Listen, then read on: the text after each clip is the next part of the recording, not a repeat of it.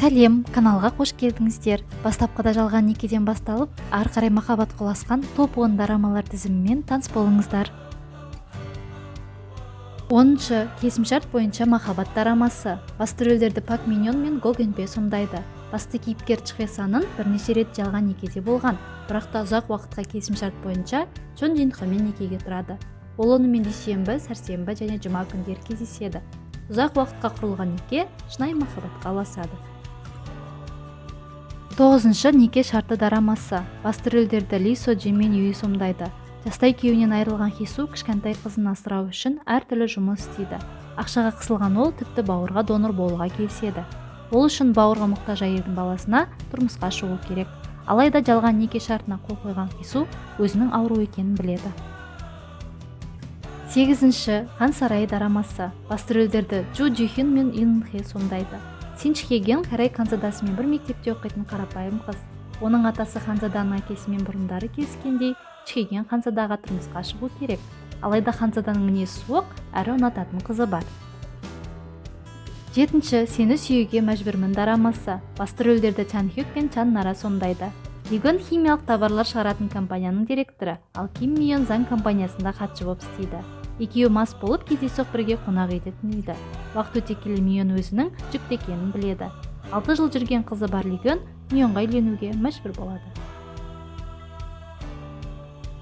6-шы кезекті финал мини дорамасы. Басты рөлдерді Ким Гон Вон мен Чо Сумен сомдайды. 8 жыл жүрген жігітімен айырылысқан Чхва Иньон жаңадан жігітті жолықтырады.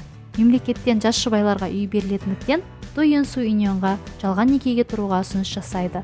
Махаббаттан көңілі қалған Иньон өз келісімін береді. 5-ші ешқандай кездесусіз тек үйлену дорамасы. Басты рөлдерді Йен Ужин мен Хан Гуру сомдайды.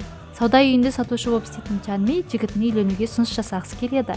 Алайда жігітін басқа қызбен көрген ол кек алу үшін оның досымен жалған жұп болады. Итхе бай отбасынан шыққан үйленгісі келмейтін жігіт. Чан Миді анасы мүлде ұнатпайтын сенімді ол жалған некеге ұсыныс жасайды.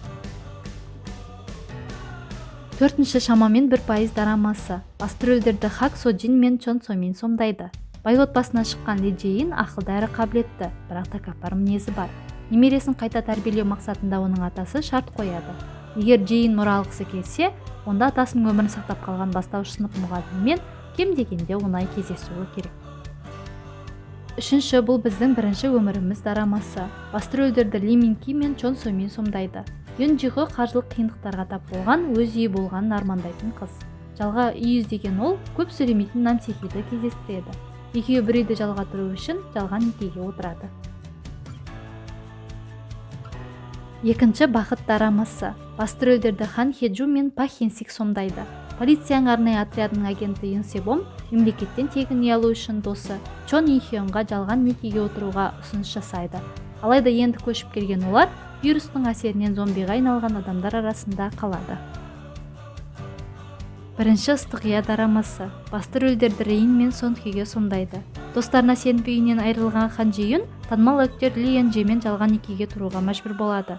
Ол үйдің жұмыстарымен қатар оның тәкаппар мінезіне төзуге тура келеді. Алайда уақыт өте келе Ли Ян Джи жалған некенің уақытын созғысы келеді. Видеоның соңына дейін көргендеріңізге рахмет. Каналға жазылып, пікір қалдыруды ұмытпаңыздар.